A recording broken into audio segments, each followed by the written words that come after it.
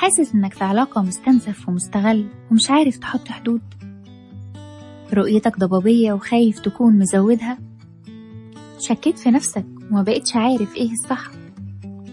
تعال نشوف سوا إيه اللي يخليك تعرف إنك فعلا في علاقة استغلالية.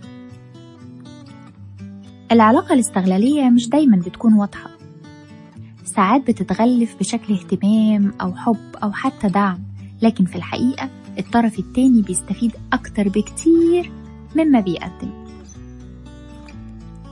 أول علامة، مفيش توازن في الأخذ والعطاء، تحس إنك دايما بتدي أكتر ما بتاخد وبتحاول تحافظ على العلاقة، لكن الطرف التاني بياخد ويمشي كأن ده العادي وحق مكتسب.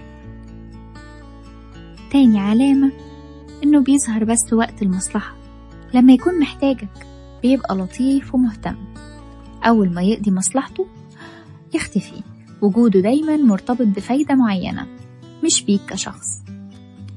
تالت علامة، بيقلل من إحساسك وبيشكك فيك، ولو عبرت عن تعبك بيقولك إنك حساس أو بتبالغ، ويخليك تشك في إحساسك بدل ما تواجهه هو، وده نوع من التلاعب النفسي اللي بيتسمى جازلايتنج.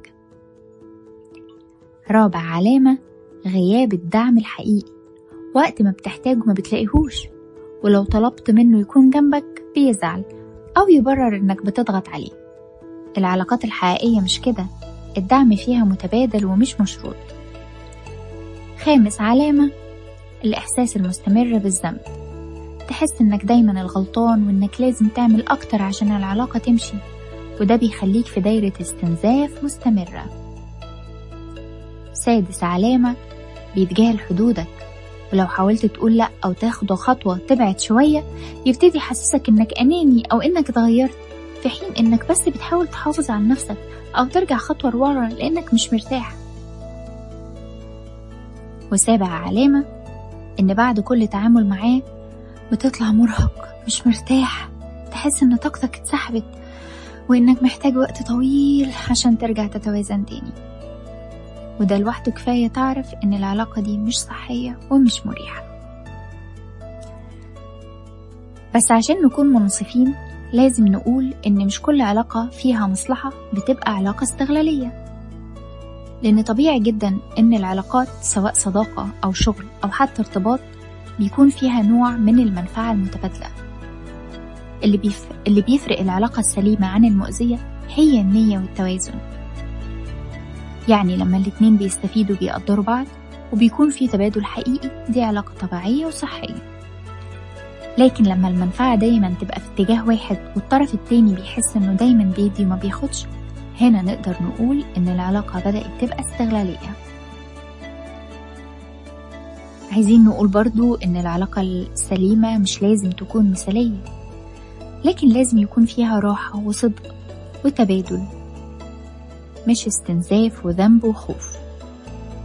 ولو حسيت ان الكلام ده لمس فيك حاجة، خد لحظة واسأل نفسك، هل أنا فعلا في علاقة بتضيف لي ولا بتستهلكني؟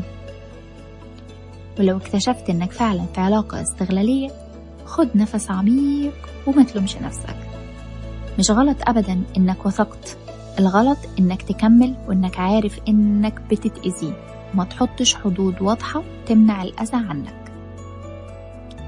ابدأ بخطوات صغيرة، حط حدود واضحة حتى لو بسيطة وبهدوء جدا من غير ما تعمل مشاكل.